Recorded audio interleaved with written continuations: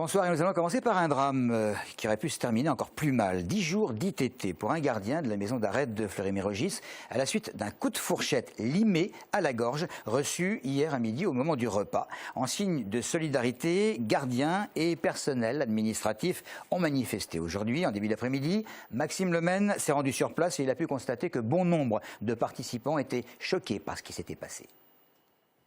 Égorgé. Parce qu'il y en a qui m'ont posé des questions hier, parce qu'apparemment il y a des niveaux d'égorgement. Il n'y a pas de niveau. Égorgé, c'est égorgé. Et ce qui fait que Gilbert est encore vivant et a pu revoir sa femme et ses deux fils, c'est parce qu'il y a un muscle qui s'appelle le stéréno-cléido-mastoïdien qui est développé chez lui et qui a rebondi au moment où il s'est fait égorger et qui a évité que ça a coupé la carotide. Marcel Durdon est en colère contre l'État qui ne fait rien pour régler les problèmes de surpopulation carcérale et de sous-effectifs au sein du personnel pénitentiaire, mais aussi contre ses collègues. Car ce qui est arrivé hier, c'est également selon lui le résultat d'un manque d'application des consignes de sécurité et d'un défaut de solidarité et d'unité entre ses collègues. Comme ici où les gardiens laissent passer une camionnette de la gendarmerie alors que le blocage a été décidé. On a des conditions de travail pourries. Ah non, on reste là ou on rentre ce soir. Et on bloque. De meilleures conditions de travail au sein du plus grand centre pénitentiaire d'Europe, un combat de longue date soutenu par certains élus locaux.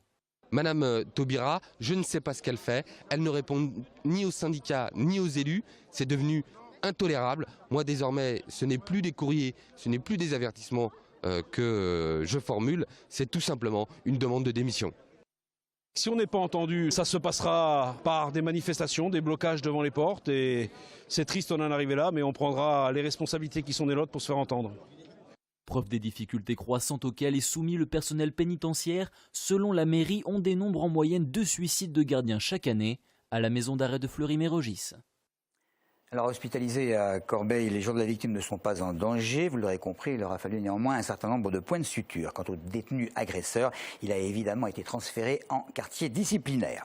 Autre mobilisation. Depuis lundi, plusieurs dizaines de personnes atteintes de myofasciite à macrophage ont démarré une grève de la faim illimitée. Le but, c'est de réclamer le retour des vaccins sans aluminium. Claire Colombel a rencontré une Essonnienne, elle s'appelle Muriel et elle participe au mouvement.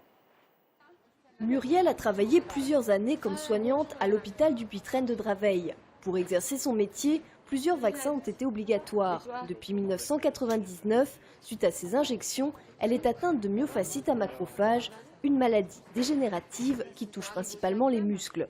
Le quotidien est bouleversé. On essaye de faire des choses, des petites choses, et puis beaucoup de repos, et puis voilà, quoi, se lever et dire essayer de faire quelque chose de sa journée parce que c'est long. Puis surtout, pas trop forcer parce que là, sinon on va partir dans des douleurs ingérables. En France, 1000 personnes auraient contracté cette maladie suite à des injections de vaccins.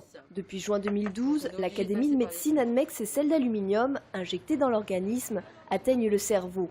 Et depuis le 21 novembre, le Conseil d'État reconnaît le lien entre la myofasciite à macrophage et la vaccination.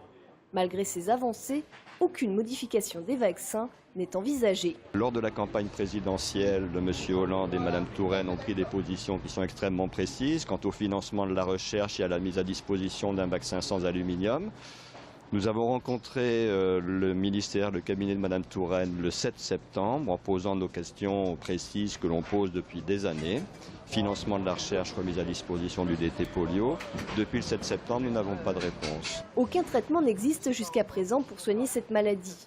15 personnes se relaient place de la Bourse depuis 5 jours pour une grève de la faim illimitée afin de demander la fin de l'alu dans les injections. Les grévistes rappellent qu'ils n'organisent pas cette action pour eux, mais pour les générations futures qui reçoivent encore actuellement des vaccins à base d'aluminium.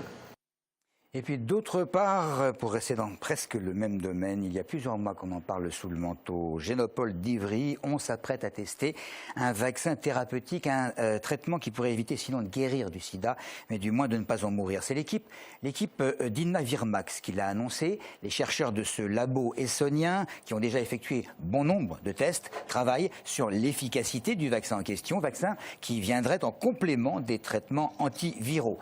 Il faut rappeler que la journée mondiale contre le sida, c'est demain. Alors justement, le sida, sa perception fin 2012, faut-il encore le craindre? Probablement. C'est en tout cas la question qui a été posée à des Essonniens. Même si j'ai cru entendre que le sida cette épidémie avait pas mal diminué en France ces dernières années, je pense qu'il y a encore pas mal de progrès à faire. C'est toujours la même histoire, comment répartir effectivement des budgets, mais je pense que ça reste aussi quand même prioritaire. Moi je suis pas inquiété, mais bon, normalement sur le sida, normalement il faut s'inquiéter. On fait actuellement des campagnes parce que c'est la période, mais je pense que tout au long de l'année, il faudrait peut-être aussi effectivement y revenir pour que effectivement on puisse être vigilant, que les jeunes puissent être sensibilisés. Je ne suis pas médecin, je ne connais pas, mais je sais que c'est une maladie grave. Pour mes petits-enfants surtout. Mais bon, autrement... Il faut continuer à avoir peur. Ce qui nous permet d'avoir peur, c'est de toujours rester sur notre réserve et de continuer à se préserver avec les moyens qui nous sont donnés au jour d'aujourd'hui, les préservatifs et ainsi de suite, et faire véhiculer aussi cette image-là auprès des jeunes, quoi, surtout ça. Je pense que pendant longtemps, on a ciblé les jeunes et certaines catégories de gens, mais il n'y a pas que ça. Il y a les couples bien normaux qui se reforment et qui prennent aucune précaution.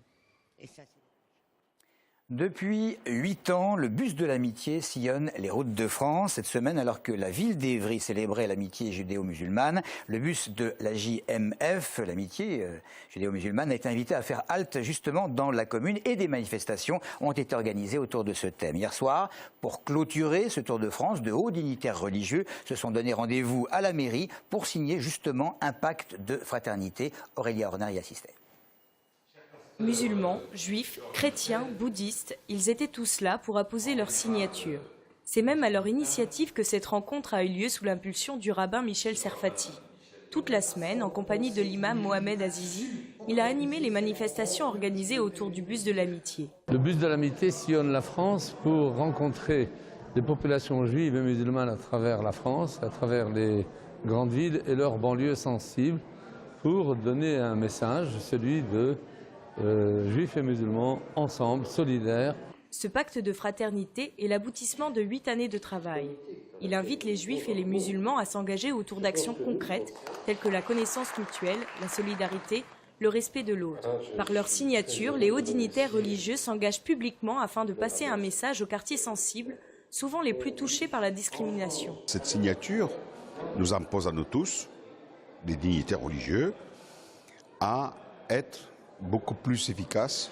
C'est donc à la mairie d'Évry, dans un lieu hautement symbolique puisqu'il s'agissait de la salle des mariages, que les 6 dignitaires et le maire ont signé. Nous faisons à Évry, qui est une ville multiculturelle, multicultuelle, où la cathédrale, le temple, la pagode, la mosquée, la synagogue se côtoient. Si le pacte est une manière symbolique de promouvoir les rapprochements interculturels, ce n'est que le début d'un long parcours. Et sans transition, on va passer au sport, en commençant par le rugby. La montagne risque d'être trop élevée pour le RC Massy Essonne. Les hommes de Jeff Dubois vont se rendre demain à Aurillac en Pro D2 pour tenter de relancer leur saison. Les Essonniens qui restent sur une série de 8 défaites d'affilée, donc peu d'espoir de remporter la victoire. Le point de bonus défensif serait déjà un beau succès. En foot à présent, un beau derby demain à 18 h entre Sainte-Geneviève-des-Bois et Évry. Si les Génovéfins tenteront de remporter de précieux points dans la course à la montée en CFA, les Évriens qui luttent pour le maintien n'auront rien à perdre dans ce match 100% départemental.